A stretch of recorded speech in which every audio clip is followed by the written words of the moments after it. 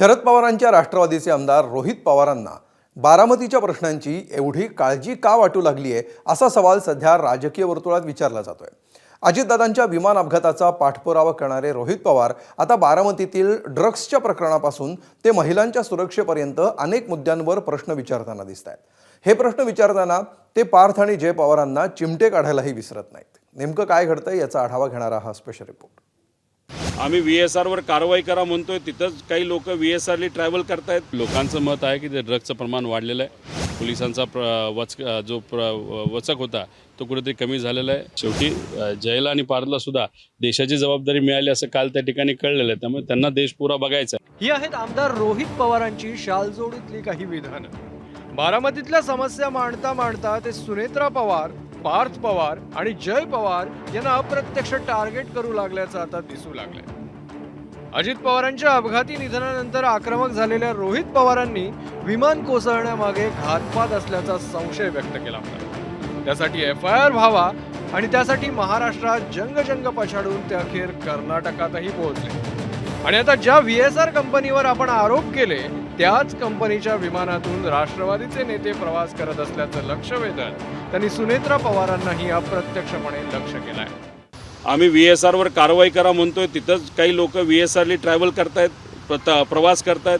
दुसऱ्या बाजूला आम्ही म्हणतोय VSRचा जो मालक आहे VK सिंग याचा आणि त्या रामबाबू नायडू जो चंद्रबाबू नायडूचा भाचा का पुतण्या का चुलता आहे, आता त्याला तुम्ही त्याच्याबरोबर तिथं बसत असाल, नाही तर ते ठीक आहे काकींना माहिती नसावं असं आपण समजूया। विमान अपघातासोबत बारामतीत ड्रग्सचं प्रमाण वाढल्याचं सांगत त्यांनी तिथल्या कायदा सुव्यवस्थेवरही प्रश्नचिन्ह उपस्थित केलंय। लोकांचं मत आहे की ते ड्रग्सचं प्रमाण वाढलेलं आहे। पोलिसांचा वचक होता तो कुठेतरी कमी झालेला आहे। मुली शाळेत जात असताना पालकला थोडीशी भीती वाटायला तिथं अख्ख्या महाराष्ट्रातच वाटायला लागली। दुर्दैव असं या भाजपच्या सरकारमध्ये। त्यामुळे ह्या सगळ्या गोष्टी बघून जे लोक म्हणतात ते आम्ही फक्त पत्र नाहीतर काही अधिकाऱ्यांना भेटून तिथे व्यक्त होत असतो। तर पार्थ आणि जय पवारांविषयी बोलताना ते या दोघांचं कौतुक करतायत की टोमणे मारतायत असा संशय कोणालाही आहे। एकत्रितपणे येऊन का नाही करत? म्हणजे वेगवेगळे प्रयत्न होत आहेत। म्हणजे जय दादांचा वेगळा दौरा दिसतो, युगेंद्र दादांचा वेगळा दिसतो, तुम्ही वेगळ्या पद्धतीने मानता। आता मी SP कडे पोहोचू शकतो म्हणून मी इकडे आलेलो आहे।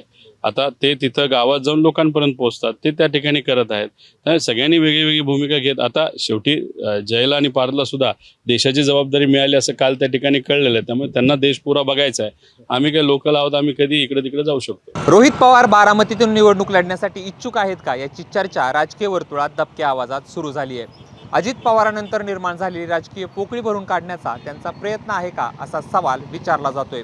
रोहित पवारांचे वाढलेले बारामती दौरे असोत, बारामतीच्या प्रश्नात ते घालत असलेले लक्ष असो किंवा सुनेत्रा पवारांच्या राष्ट्रवादीच्या नेत्यांवर घेत असलेलं तोंडसुख असो, यामुळं रोहित पवारांचा अंतिम लक्ष काय याची चर्चा सुरू झाली आहे। मात्र सध्या तरी अशी कुठलीही शक्यता रोहित पवार फेटाळून लावतायत। ते सुद्धा क्लिअर केलं ना, कर्जत जामखेडमधून त्या ठिकाणी लढणार, पण आता उद्या जाऊन कोल्हापूरचे लोक मला भेटतात, म्हणतात तिथं अन्याय झाला, भेटायला जातो, साताऱ्यात जातो, तिथं विदर्भात जातो, मराठवाड्यात जातो, नाशिकला चाललेलो आहे।